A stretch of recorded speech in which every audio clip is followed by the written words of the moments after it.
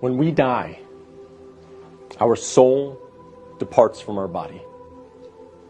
And the soul goes on a journey that has many stages to it. And for the beginning of this khutbah, I want to focus on one stage of the journey of this soul. And that is when the soul descends into the grave to be reunited with our bodies. And when the soul is coming down, it witnesses the janazah, the funeral.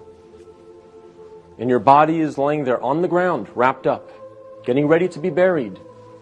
And you're descending and you're seeing this, and you're hearing it, you're experiencing it.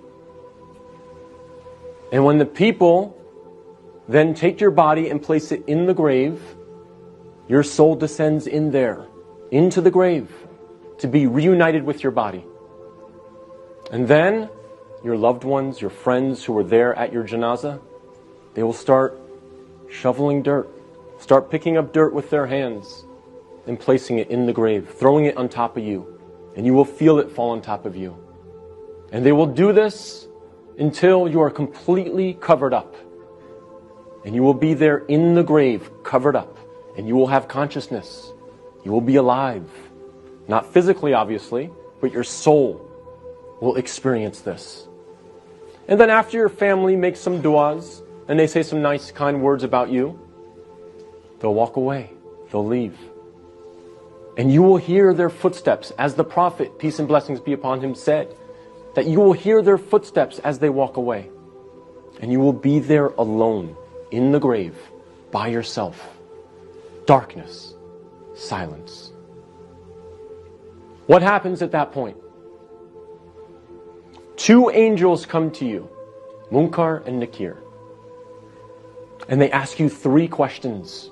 Perhaps the most important questions you will ever be asked, and the three most important questions you will ever answer. And those questions are, what is your deen? Translated as, what is your way of life or your religion? Who is your prophet? And who is your Lord? Not necessarily in that order, but those are the three questions.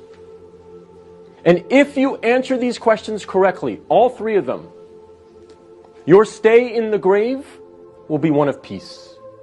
You'll have peace. You'll have pleasure. Until the day of judgment, when the horn is sounded, and you are raised up out of your grave. So during that time, if you answer these questions correctly, you will have peace. But if you don't answer these questions correctly, all three of them, your stay in the grave will be full of pain. So we must answer these questions correctly.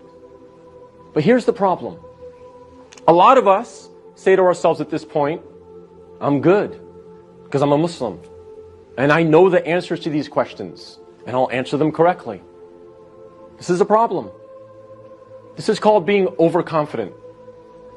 Because, as many of the scholars say, the answer is not given with your tongue.